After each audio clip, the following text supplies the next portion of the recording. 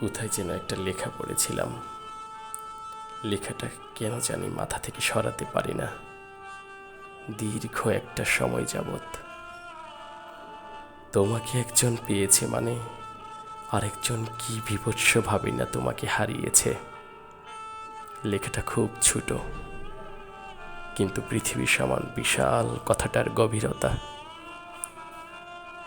কেউ একজন দিনের পর দিন, মাসের পর মাস, বছরের পর বছর কাউকে নিজের করে পাওয়ার স্বপ্ন দেখে যাচ্ছে, অপেক্ষা করে যাচ্ছে, অথচ অন্য কেউ কোনো অপেক্ষা ছাড়া, সাধনা ছাড়াই তাকে নিজের করে পেয়ে গেল। সে জানেও না সে যাকে নিজের করে পেল তাকে পেতে একজন কত শতদিন ধরে ক্ষুধার্ত ভিক্ষুকের মতো তার অপেক্ষায় দাঁড়িয়েছিল।